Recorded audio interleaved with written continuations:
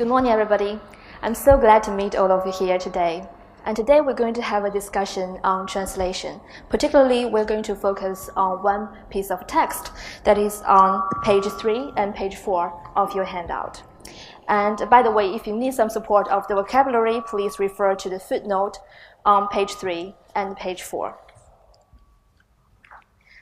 So this is the outline for today's discussion. And first of all, I'm going to tell you a story behind the passage we're having in our hand. And secondly, we're going to take a look at the translation strategy of long sentences, which is a particular feature of this text. And thirdly, I'm going to give you a summary and ask you some questions for you to think about after the class. First of all, a story of this passage. When I took a look at this passage, I was wondering, wow, what this passage was about, who wrote it, what was the story behind it. And then I did some research myself and found out that actually this piece of text was not an original version. It was an English translation version translated by Henry Reeve, a British journalist.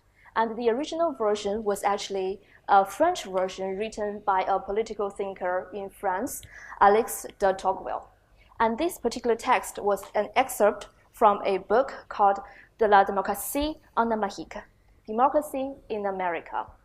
And in this book, Tocqueville examines the American Democratic Revolution he believed had been happening over the past 700 years. And this book was published in 2 volumes in 1835 and 1840. And if you want to know more information about this, please refer to the footnote on page 1 of your handout. And after that, it actually have 2 English translation versions. One is done by Henry Reeve, just like what we were going to see. And the other was actually translated by John Spencer, an American politician. And it seemed this piece of text, why the Americans are so restless, is very popular among the Chinese translation fans. Therefore, there are a lot of translation versions in Chinese. But among them, there are 2 authoritative versions. First one, translated by Professor Ye Zinan of Monterey Institute of International Studies, and his version was based on Henry Reeve's translation. And the other version was done by Professor Dong Guoliang of Jilin Academy of Social Sciences. Although I tried to contact his organization to confirm whether his translation version was based upon Spencer's version, and I haven't yet got an answer, but based on the analysis of the text, I believe that his version was based on Spencer's version. So that was about the background of our text. I hope that when you are receiving some kind of translation assignment, you'll also be able to try to access the information related to your translation assignment in order to better understand the intention of the original writer to better translate it. And after a close look of this piece of text, I found out one prominent feature of this text is long sentences as long as this one. So how are we going to translate long sentences like this? The basic strategy we're going to adopt is syntactic linearity, 顺句驱动. Actually, syntactic linearity is a much used strategy in sight interpretation and simultaneous interpretation. And it can also be a very useful tool in translating long English sentences into Chinese.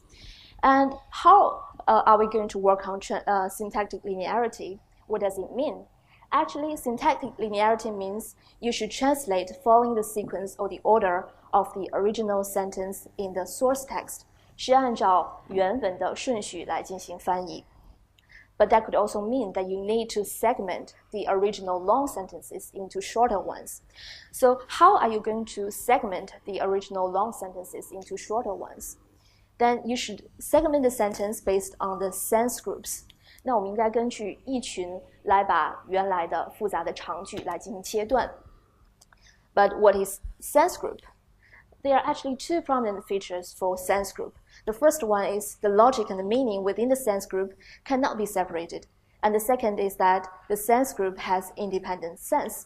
也就是说呢，实际上根据意群来切断，意群是有2个非常重要的特征。第一个特征就是意群中的意义和逻辑是不能够再分割的。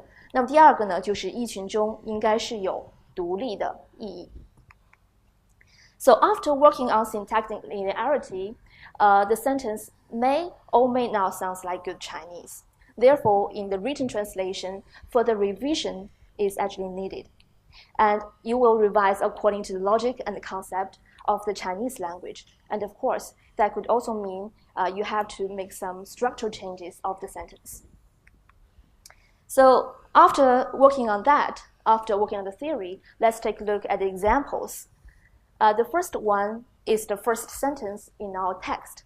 That is, in certain remote corners of the old world, you may sometimes stumble upon little places which seem to have been forgotten among the general tumult and which have stayed still while all around them moves. So this is a very long, complex sentences. So remember what we are going to do. First of all, we're going to work on the syntactic linearity, and how are we going to work on that is that we're going to segment the sentence based on different sense groups. And one prominent feature of the sense group is it has independent sense. And we're going to segment the sentence like this. So the same color indicating the same sense group. And we're going to translate it accordingly, like this. In certain remote corners of the old world, 在旧世界的偏僻角落 You may sometimes stumble upon little places. 你有时会踏上一些小地方 which seem to have been forgotten among the general tumult. 似乎在普遍的动荡中被人遗忘 and which have stayed still while all around them moves. 它们保持不动，而周围却在前进 So this is our translation. And you can see what is the next step we were just talking about. The next step is that we're going to see whether revision is needed. And when you take a look at the second sentence, 似乎在普遍的动荡中被人遗忘，他们保持不动，而周围却在前进。So there is a little tip for you is that in English, more often the climax and emphasis is at the beginning of the sentence, while in Chinese, the climax and emphasis always put at the end of the sentence. 也就是说呢，对于英文来讲，一般情况下重点是放在句首的，而对于中文来讲呢，我们的重点可能是放在句尾的。So if you take a look at this sentence, it seems that like the emphasis is on 周围却在前进。But if you take a look at the original English sentence, it seems like this sentence emphasizes on those little places that have stayed still. So in this way, we're going to try to change the sentence structure a little bit in order to make it sound more like Chinese. So we're going to put 而周围却在前进 at the beginning of the sentence, which goes on like this. 尽管周围在前进，它却在普遍的动荡中保持不动，似乎被人遗忘。So remember, this is our version after the revision. And when we compare our version with 叶子楠's version and Dong Guoliang's version, we're going to find out that 叶子楠 did the same thing, that he put 尽管周遭一片喧闹 at the beginning of the sentence, changing the sentence structure, while Dong Guoliang make it remaining at the end of the sentence. So actually, both approaches are quite okay. Although what I believe is that we can put this at the beginning of the sentence in order to make it sound more like good Chinese. And then we'll come to the second part, the second sentence. And I'm going to ask some of you to read it to us. And what is your name? Yezhi, would you please read it to us, this sentence? The inhabitants are mostly very ignorant and very poor. They take no part in affairs of government, and often government oppress them. But yet they seem sincere and often serene, and often have a joyous disposition. Okay, good. Thank you, Yezhi. So this is the second sentence. And actually, this sentence is also a very long one because it only has only one period. But what is the difference is that our previous sentence was a complex sentence, while this long sentence is composed of a lot of simple sentences. And the way we're going to segment is that we're going to segment according to the simple sentences, and it's going to be segmented like this. The inhabitants are mostly very ignorant and very poor. 那里的居民大体上都十分无知，又相当的贫穷。They take no part in affairs of government. 他们从不参与政府事务 ，and governments oppress them. 但政府却常常压迫他们。But yet they seem serene and often have a jovial disposition. 不过尽管如此，这些人却活得宁静悠然，茶性乐天。Actually, this was the translation version done by 叶子楠 and it was in line with the sequence and order and of course the word usage in the English version. So when we compare Ye's version with Dong's version, we start to find out there are some differences. For instance, in Ye's version, the government affairs is translated as 政府事务, while in Dong's version, it was like 国家大事. And also, in Ye's version, there were two subjects. One was 他们, the other was 政府. While in Dong's version, there was only one subject, that is 他们. And then the second sentence is translated as 但却经常受到政府的压迫. So in this way, he maintained the subject as 他们. So it seems like 国家大事 sounds like a more traditional way of talking about government affairs. And so we can say that maybe, just maybe, Dong's version is closer to the more traditional Chinese expression. And of course, if you take a look at the Spencer's translation, it seems like it was derived from Spencer's translation.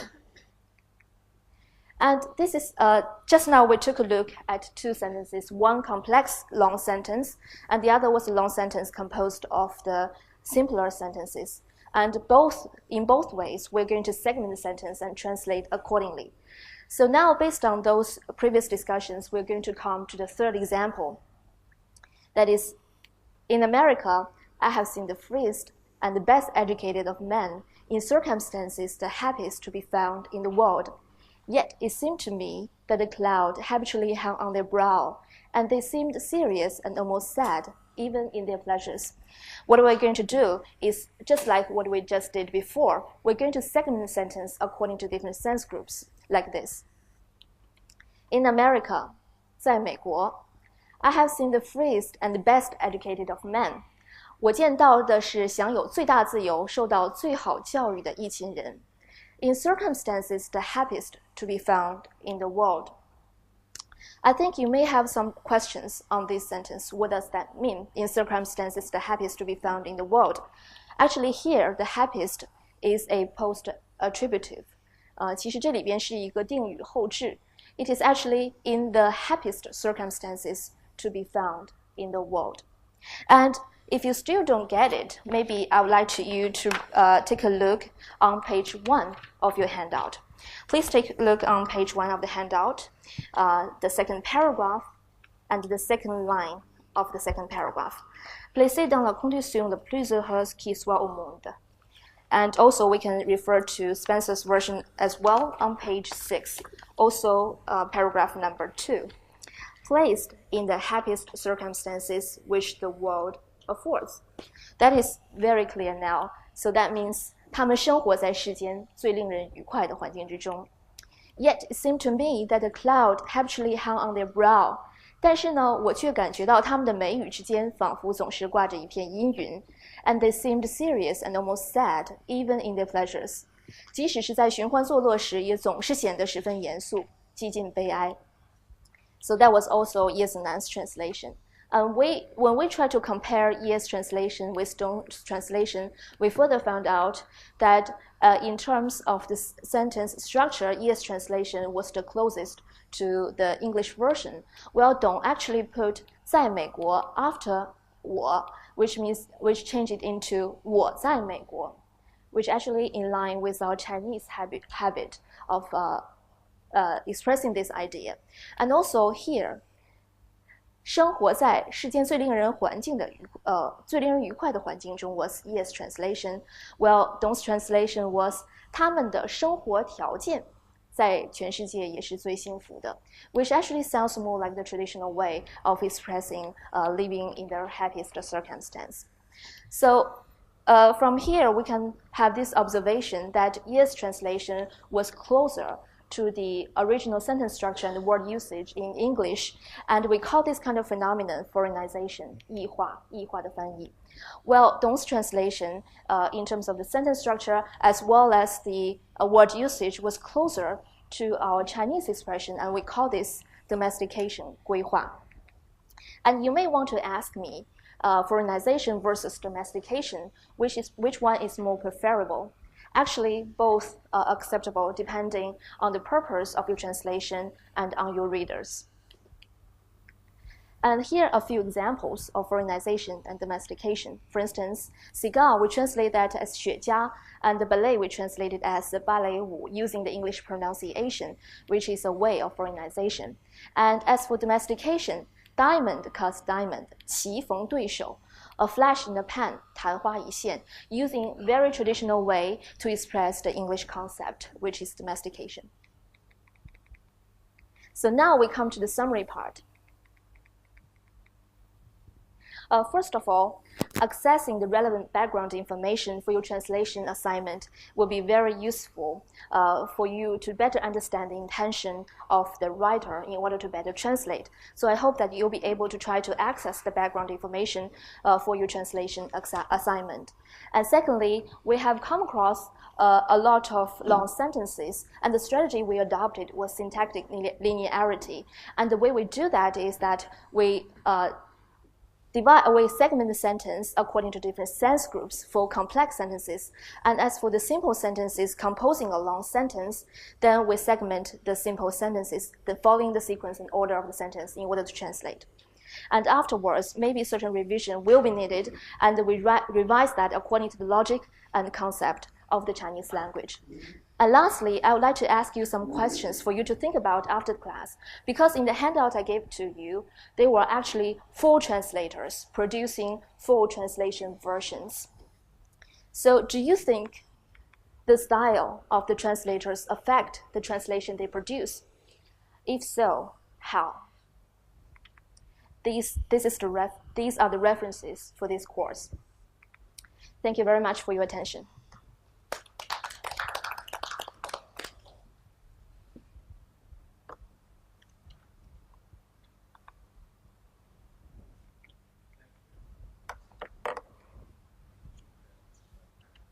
Okay, thank you very much. I'll ask you 2 questions. The first one was actually a question I asked to a previous contestant earlier on.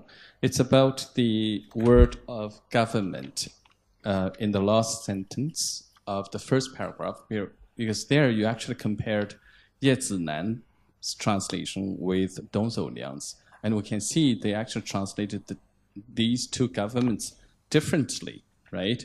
Ye Zinan translated into 政府 something, and Dong Zhouliang 是国家事务, right? Yes. And I see these 2 translations as a reflection of the translator's different understanding of these 2 words. How do you look at these 2 translations? Which one do you think is the more appropriate one, or even the correct translation?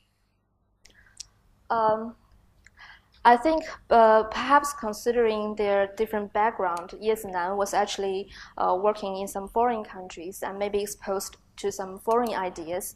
And while Dong Guoliang was perhaps not exposed to that a lot and living in an environment that is with a lot of the people speaking like in the traditional way. So I think as for the government affairs, it was actually a kind of a foreign expression. Well, the 国家大事 may sound more like the traditional way of expression. And I think I'll have to ask the question more directly. Do you think the first government means the same as the second one? You mean the government affairs and the government the affairs of government and governments. Governments oppress them. Yeah. Do you think the 2 governments, the 2 words, government, no, I think mean the same thing? I think the first government is actually a general concept of the country or the government. Well, the second governments referring to some individual country governments, specifically indicating those governments or the government organs. Okay. So they are not completely the same, because the first one is a general concept, while the other one is actually the more concrete concept. Okay, with your understanding, how do you look at the two translations by Ye Ziliang versus Ye Zilan versus Dong Zhouliang? I think both are acceptable, and what is more important is that when you take a look on page 6 of the... I have to thank you for that. And another question, because you've answered my question. And the second question is about the role of students in your teaching. Because in your teaching, I see actually very little engagement of the students, and I haven't seen much interaction or interactions among them and between them, between the students and you, right?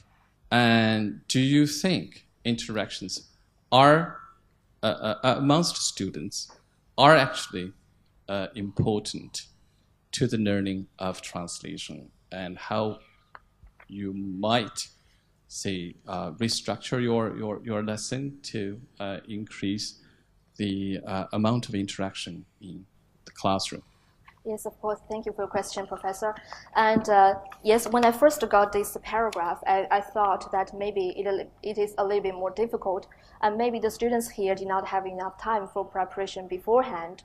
So it seems like very difficult to engage them without adequate preparation. Therefore, I prepared vocabulary for them and prepared a lot of background information for them. But in reality, if we are to teach translation, when the time allows us to do so, I think interaction will be really, really important, because that will really see their responses and also to see how they're going to translate this piece of text. Thank you very much. Thank you, Professor.